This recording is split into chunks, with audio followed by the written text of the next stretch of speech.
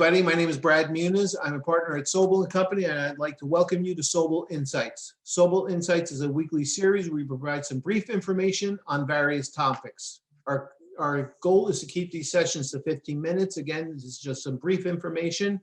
I recommend you either look for more information about this or reach out to our speaker if you'd like some more information on this topic. At this point, we don't issue CPE. If we get into the world of nano credits, we will start issuing CPE. Today's topic has been asked about a lot by various of my clients, and they ask a lot of questions on this: is employee retention credit or ERC. A speaker today I like to refer to him as King Doug.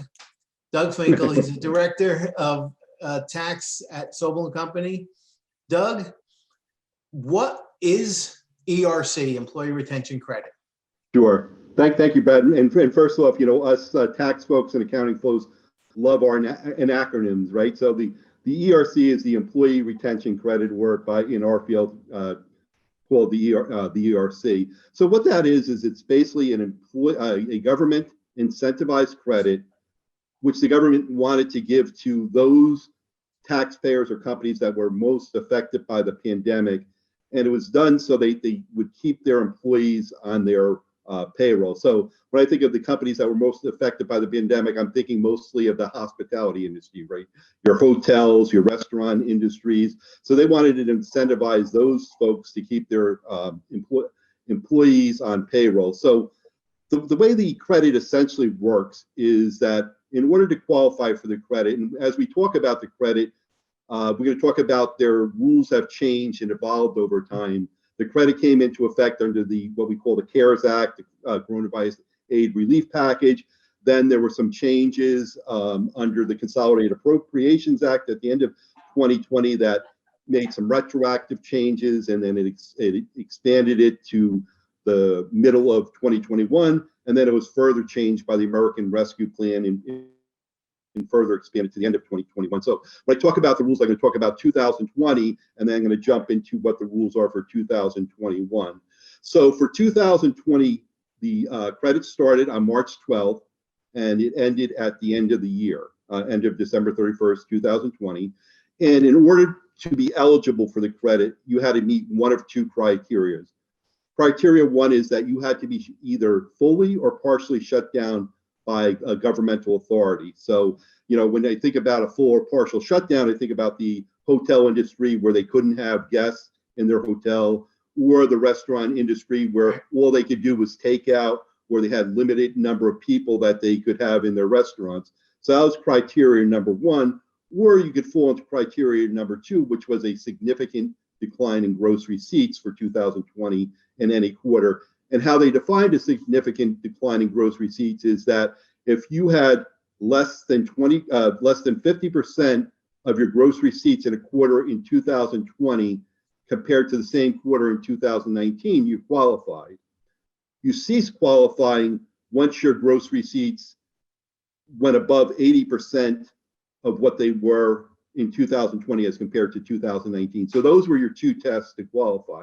So once you qualified, the eligibility was for your employees would get a 50% credit up to $10,000 of wages. So there was a maximum credit that you could get on any one employee for 2020 of $5,000.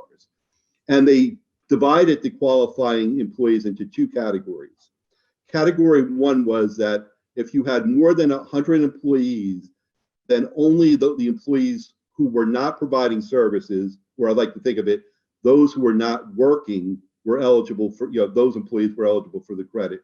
If you were under 100 employees, then all your employees qualified for the credit. So that was the rules for 2020. For 2021, they changed the rules slightly under the Consolidated Appropriations Act and the American Rescue Plan. Yep. So, that's why it's so crazy keeping track of the rules for 2020, 2021.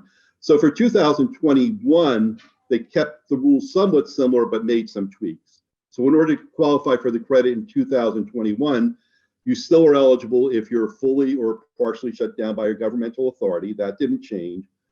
But what did change is the significant decline in gross receipts for 2021. So for 2021, a significant decline in gross receipts went from less than 50% to less than 20%. So it made it a little easier for employers to qualify. So you would compare your 2021 receipts, not to your 2020 receipts for the same quarter, but to your 2019 receipts for the same quarter. Or they gave you an elective if it was better, where you could qualify. A second way to qualify is you could take the previous quarter of 2020, the fourth quarter of 2020, compare that to the fourth quarter of 2019, and you use that as a way to qualify for the first quarter of 2021. So a lot of rule changes and things to keep track of through the various acts. Now, I know we can spend a very, very long time on what is revenue or what are cash receipts. Is it revenue? Is it accrual? Is it cash? Do I include interest in there? And we'll save that for another time. The one item that has come up a lot is my understanding you can't get double credit here. So if you got PPP money in the quarter where you lost the 50%, we'll go with 2020, you can't also claim the ERC on the same salary. Is that correct? Sure. Yeah, no, you're correct, Brad. And the thing you just pointed out in keeping track of these employee retention credit rules, as we go further into the discussion, it's going to be very important for people to understand the rules under PPP as well. So the reason people are starting to pay more attention to the ERC now than they did in 2020 was when the CARES Act first came into effect. There was a rule that said that, well, if you had taken out a PPP loan, you could not take the employee retention credit. So a lot of people, didn't bother to, look at the ERC because a lot of them took out PPP loans. Then the Consolidated Appropriations Act came along toward the end of 2020. Said, no, wait a minute, we think you can be eligible to take the employee retention credit even if you took out a PPP loan. But there was a catch, and the catch is that you could not take PPP loan forgiveness on the same for PPP loan forgiveness wages on the same wages you were taking for the ERC. So you couldn't take both. So it was either one or the other. And that's what you just talked about in terms of not being able to take wages on both. So you either have to elect to take one or the other. All right, and if the quirky one is if PPP cuts off at $100,000, can you apply the ERC to wages above the 100,000 then? Yeah, no, and that's where as we get more into it, the planning starts to come in, because now the PPP rules start to come in, which the PPP rules say that, well, when you apply for your loan forgiveness, 60% of those must be payroll and health insurance costs, and the other 40% can be other costs. And for the first round of PPP loans, those other costs could be things like mortgage payments, rents, or utilities. And now in the second round of PPP loans, they've expanded it to not only include those costs, but also include personal protection equipment, certain software costs. So when you're trying to think about maximizing out your loan forgiveness application, you also want to think about the ERC, because if you put your 60% payroll costs in the loan forgiveness application, and you could get to 40% of other costs, you may have wages left over from your PPP that you can use for to take an ERC credit, and it can be a valuable credit to maximize and get both. So careful planning has to take place to analyze both, so you make sure you maximize the benefit of each. Great. How do people apply for this credit though? Because I'm hearing different things, all different forms, and how it's done. Yeah, and that gets a little bit confusing as well, because we start to go down the road of one, it's that the credit goes against the employer share of your Social Security tax. So the form that you would file and claim the credit on is a payroll form 941, where you report your federal wages, withholding, and Social Security taxes. That's where you would take the credit, and it could even be it is a refundable credit. So if your credit is in excess of your taxes, you get a refund. Also, taxpayers can apply for an advance if they know they're going to get a credit, an advance payment of the credit, by applying on a form 7200. And the government also allowed people to reduce their deposits if they don't want to shell out the cash and wait for the credit.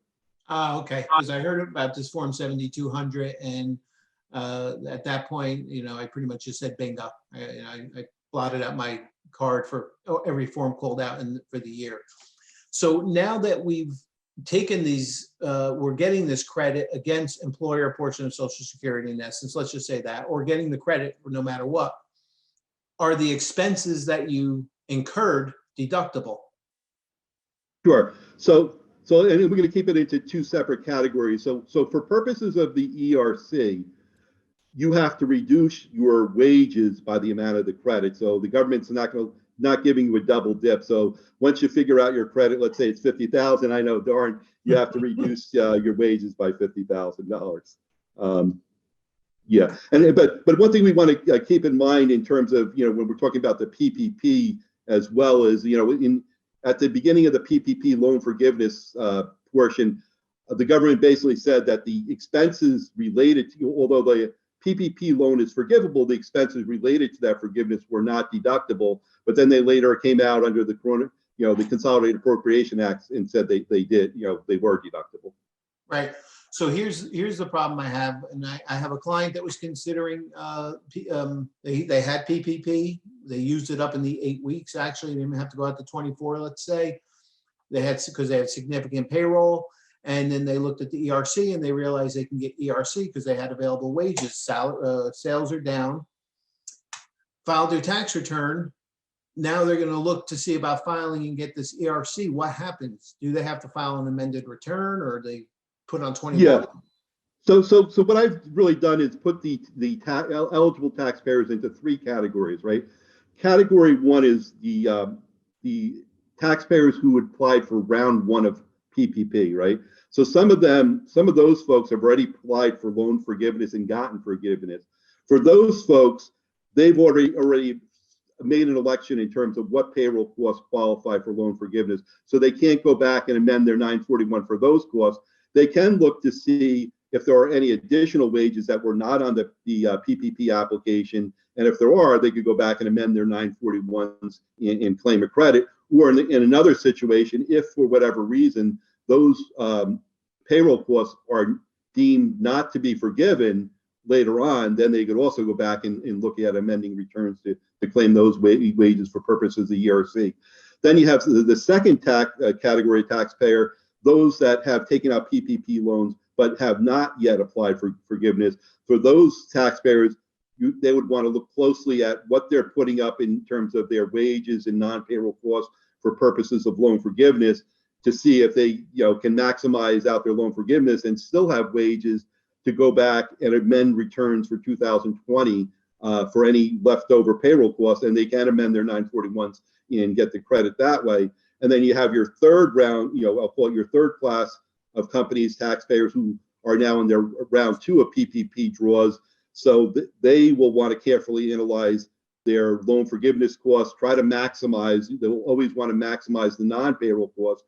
And then they have to hit 60% of payroll costs in order to qualify for loan forgiveness. But once they can do that, any leftover wages, they can claim the employee retention credit on. So there are different planning opportunities for round one and round two of folks that applied for PPP loan forgiveness.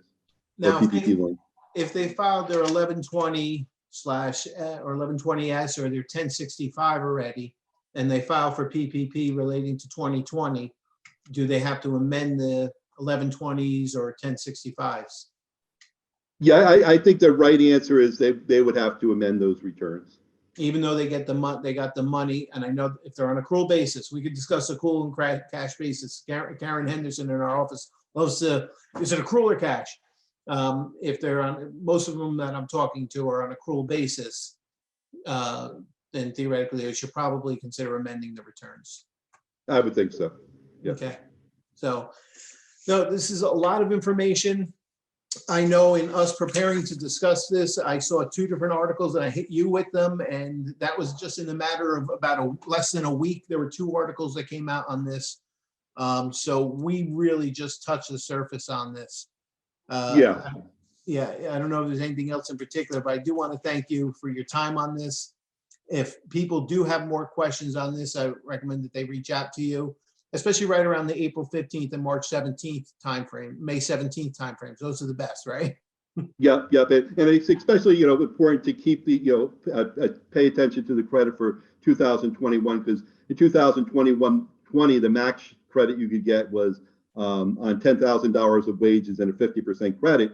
For 2021, they moved the credit up to 70% for 10,000 wages per quarter. So potentially, you could get a $28,000 credit on one employee, because Wow. you get a $7,000 credit for $10,000 of wages each quarter. So it has grown very much in significance in 2021. Okay, great. Well, right around the 15-minute mark, you are good. You must have been timing it. So I want to thank you for your time on this. And I want to thank everybody for attending and listening to this. And again, if you have any questions, feel free to reach out to us. Have a good day. Thanks, Brad.